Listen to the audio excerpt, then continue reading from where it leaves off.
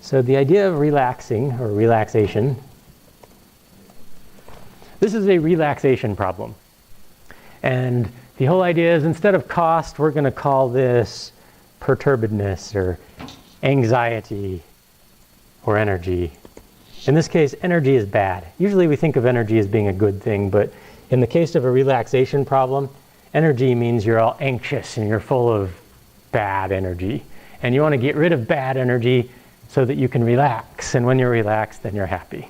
Yeah, so now let's relax. How do you relax?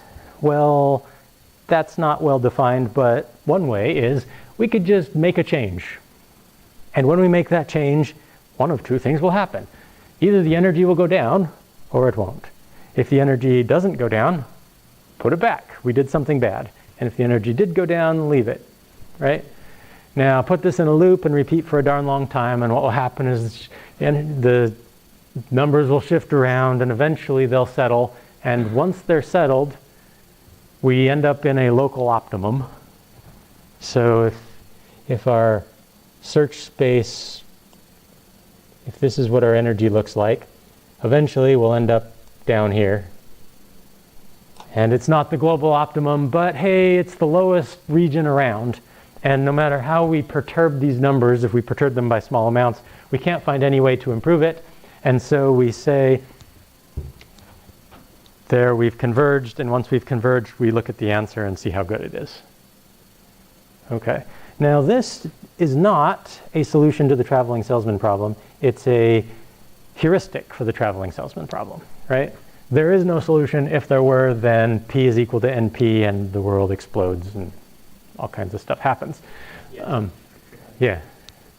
We don't know that P is not equal to NP complete. We just, well, we kind of know it, but we won't say it out loud because it's never been proven. And by the way, P is not equal to NP. And I'm willing to put my foot down and just say that. And anybody that finds this online and happens to study the theory will bite my head off. But you know what? Go ahead, prove me wrong. You can solve a lot of interesting problems with relaxation. It's just, the whole idea of relaxation is, one, define some energy term where energy is bad. And all you have to do is just express what you want. And two, relax. And how do you relax? Well, you just kind of make the numbers jostle around, and every time you improve the energy, you say that's better, you go till the energy is minimized, and there you go. Do you get how this could work? In reality, it doesn't work that well. Often it gets stuck in local optima where the constraints aren't even satisfied. So what do? Well, you fiddle with these numbers, you penalize even more if it gives you bad solutions, or even less. Or you just repeat a bunch of times. You try a bunch of random initializations, and usually after about 50 iterations, you'll find a few solutions that are valid and are pretty good. And that's one way to solve the traveling salesman problem. And sometimes after you find a pretty good solution, you do a few perturbations to just check that you can't find any way to improve it. And if you can't, then you finally declare the solution valid. This is unfortunately not the best algorithm yet known for solving the traveling salesman problem. This is one that was proposed in like the 1970s or 60s. This is very, very old. But it represents a technique that's still solving problems that are pretty useful. So I wanted to show you the method.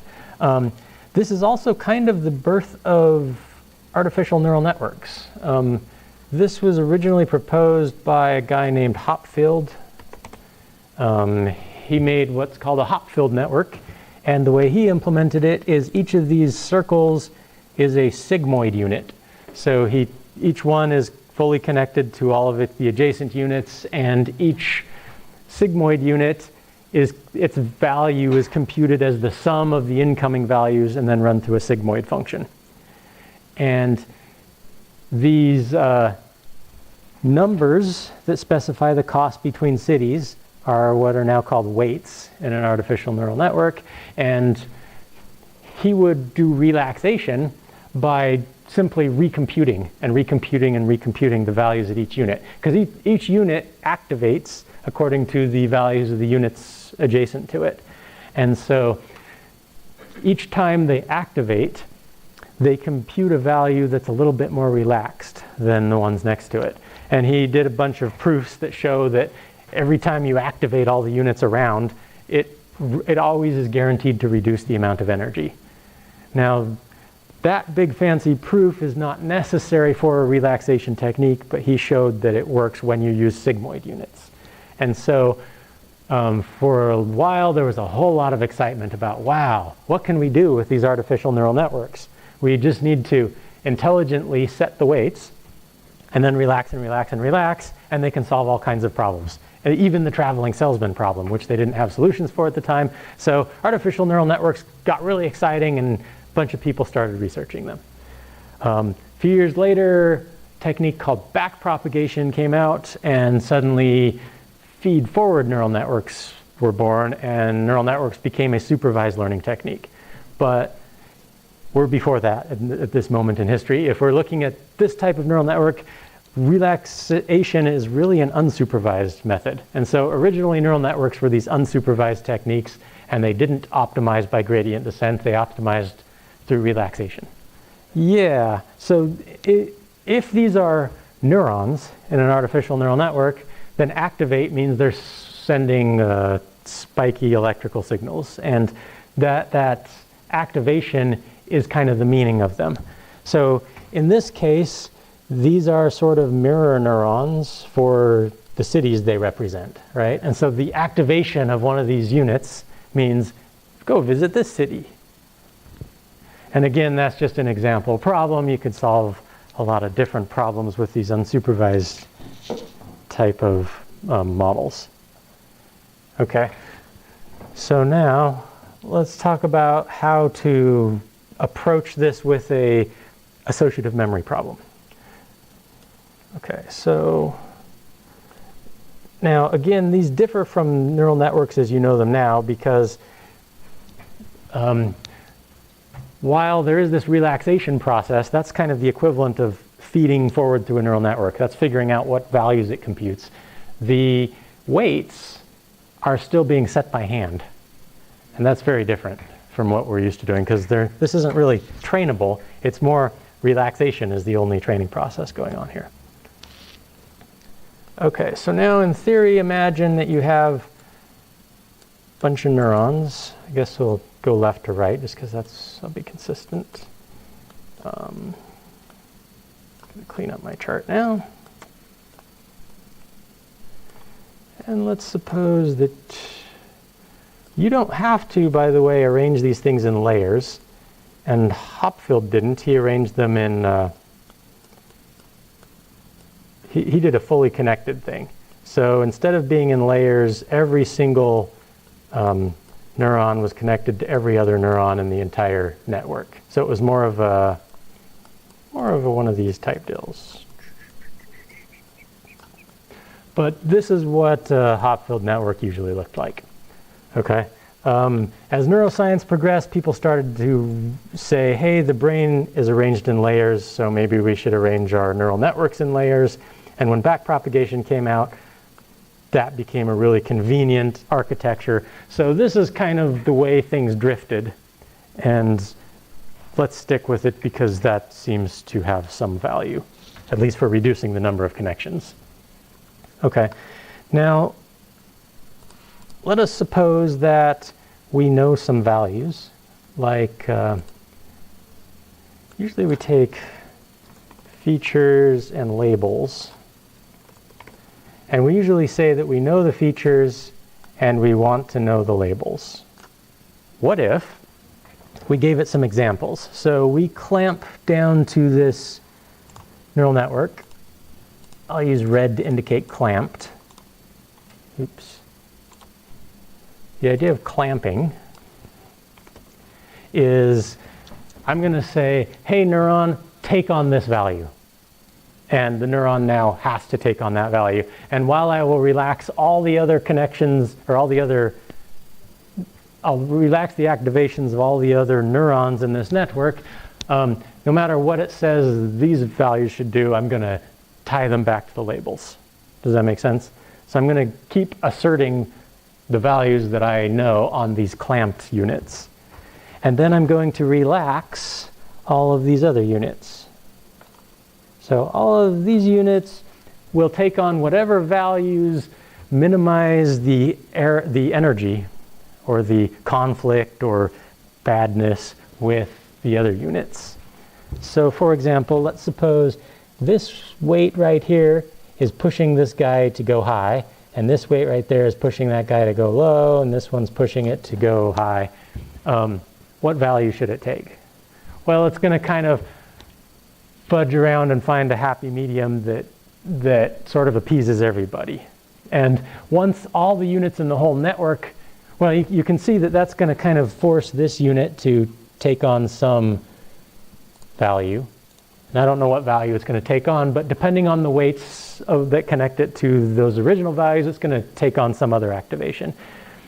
And that's, once it activates, it's going to have some influence on its neighbors, and so its neighbor over here is going to start taking on other values, and they're all going to start affecting each other, right? Okay. Well, so imagine all throughout this network, all the units start activating or not activating until they've maximized their relaxedness or minimized the energy. And as soon as the network is relaxed, then we say, okay, we're in a good state. Yep, you just do it over and over. So you've got a loop. This differs from a feed-forward neural net. In a feed-forward neural network, you compute the next layer one time and you're done.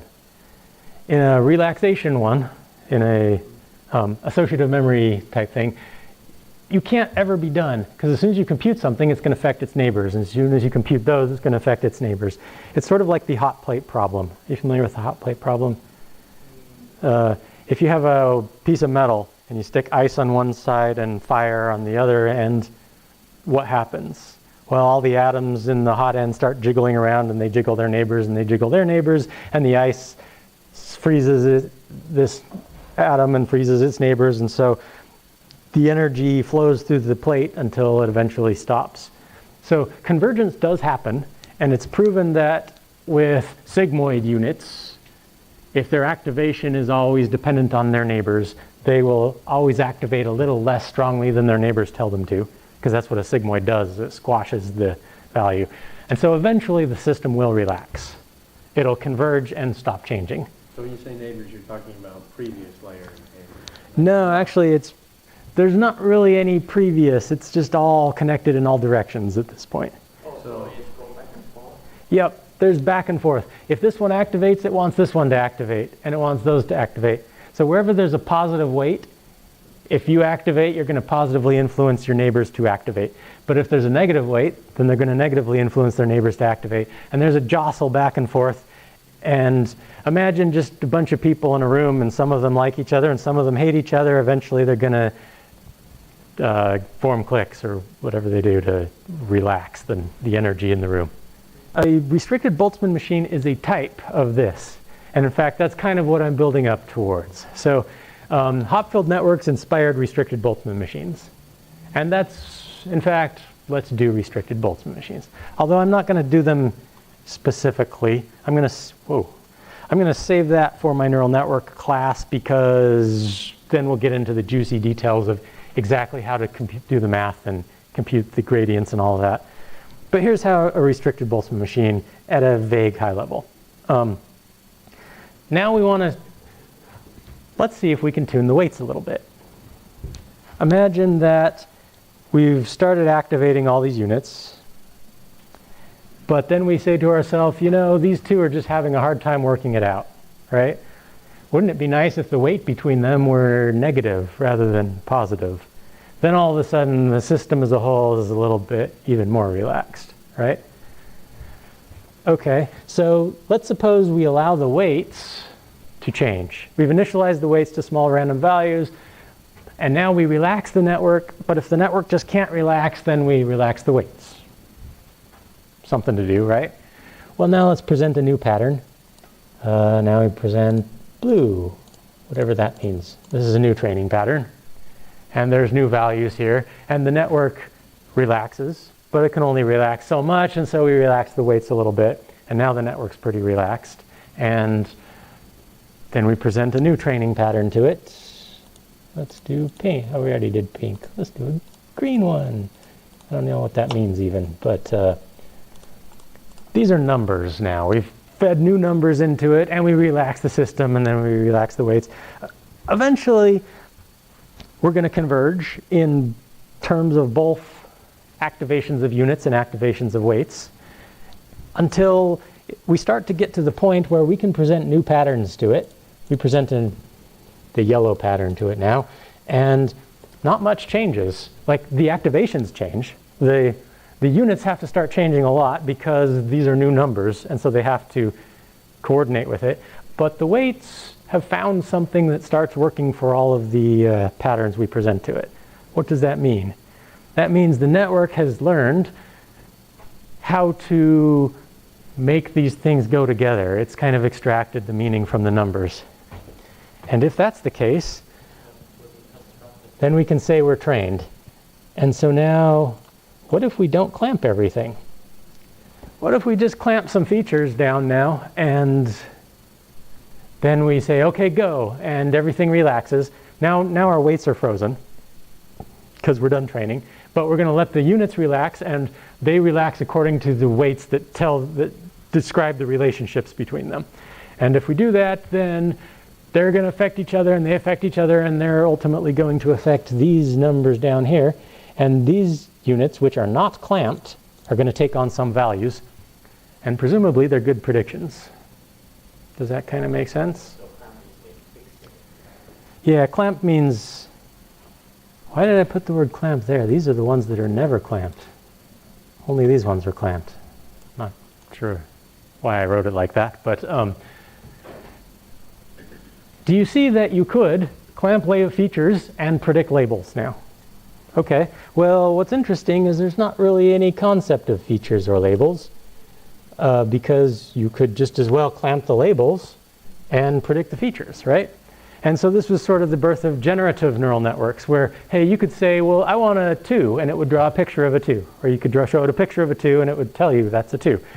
You could go back and forth. You can take an image of a face and say, here's the left half, draw the right half, and it would fill it all in whatever way fits what it has learned. And you could go the other way, and you could show it the eyes, and it could say, oh, here's a mouth that goes with that, or something along those lines. Now, associative memory was this really big idea because everybody loves it in theory, and in practice, people just haven't been able to pull off anything that amazing with it. And so it's always been kind of a disappointment as far as resolving between the theory and the practice. But in theory, this is a brilliant idea, and at neural network conferences, people are still investigating, and everyone feels in their hearts that this is ultimately the right way to do neural networks. And there's a lot to do with how the brain, we think, operates that's kind of like associative memory. Anyway, I'm out of time. Thanks for coming today.